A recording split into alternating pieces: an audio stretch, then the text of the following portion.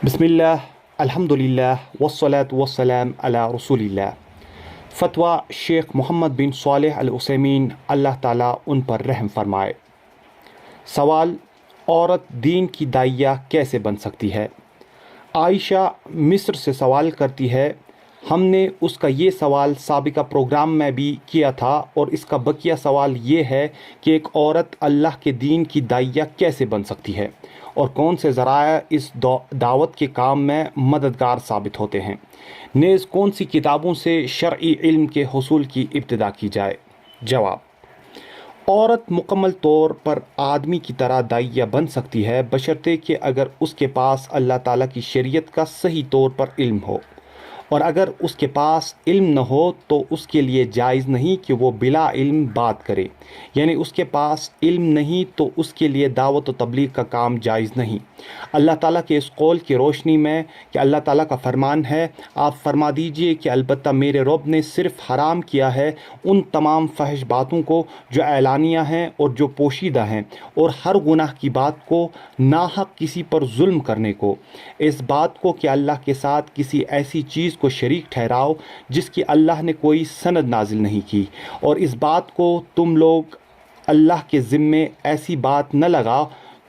जिसको तुम जानते नहीं। और अल्लाह ताला के इस कौल के पेश नज़र, वला तक़्फ़ु मा लैसा लक बिही इल्म इन्नस्समअ वल बसर वल फुआद कुल्लु उलाइका कान अन्हु मसऊला, और उस चीज़ का पीछा न कर जिसका तुझे कोई इल्म नहीं, बेशक कान, आँख और दिल, इनमें से हर एक उसके मुतल्लिक सवाल होगा। और अल्लाह ताला के इस कौल की रोशनी में, कुल हाज़िही सबीली अदउ इलल्लाहि अला बसीरतिन अना व मन इत्तबअनी व सुब्हानल्लाहि व मा अना मिनल मुशरिकीन, आप फरमा दीजिए कि मैं अल्लाह की तरफ उस तौर पर बुलाता हूँ कि मैं दलील पर कायम हूँ, और मैं भी और मेरे साथ वाले भी, और अल्लाह ताला पाक है और मैं मुशरिकों में से नहीं हूँ। सूरह यूसुफ आयत नंबर 108। दूसरी बात यह है कि जो उसने इल्म हासिल किया है इसको बोल कर बयान करने की उसके पास कुदरत व इस्तिताअत हो।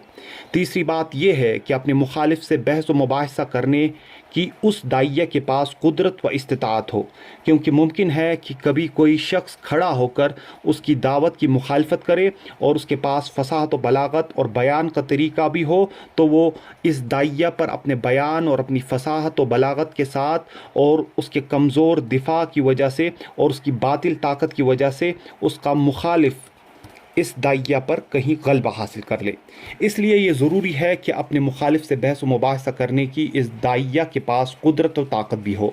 रही ये बात कि कौन सी किताबों से इब्तिदा करे, तो बेहतर यही है कि एक तालिब इल्म अल्लाह ताला की किताब से इब्तिदा करे और वो उसे हिफ्ज़ करे और उसके माने में गौर व फ़िक्र और तदब्बर करे, और वो उसके साथ अल्लाह ताला के दीन की तरफ लोगों को दावत दे। फिर उसके बाद जो नबी करीम सल्लल्लाहु अलैहि वसल्लम की सही हदीस हैं उनसे इब्तिदा करे, क्योंकि सुन्नत जो है यानी हदीस जो है वो कुरान मजीद को खोल कर बयान करती है, और हदीस कुरान पाक की वजाहत है और तफसीर है। इसी तरह कुरान और हदीस दोनों पर अमल पैरा होना लाजिम व मलजूम है। फिर उसके बाद एक दाइया पर यह बात ज़रूरी है कि वो अकीदा और तौहीद की किताबों का इल्म हासिल करे। जिस इलाके व शहर में बातिल अकायद और शिरक ज़्यादा पाया जाता हो वहाँ तौहीद और अकीदे का इल्म ज़्यादा ज़रूरी है। फिर उसके बाद जो अहले इल्म ने फ़िक़्ह की किताबें लिखी हैं, जितना उसको मयसर हो उसका इल्म हासिल करे, और ये इसके लिए बहुत बेहतर होगा कि बज़ात खुद अहले इल्म से हर एक मसला दरियाफ्त करे और उस तरह उसके इल्म और जवाब देने में पुख्तगी आएगी। वसल्लल्लाहु अला नबीना मुहम्मद।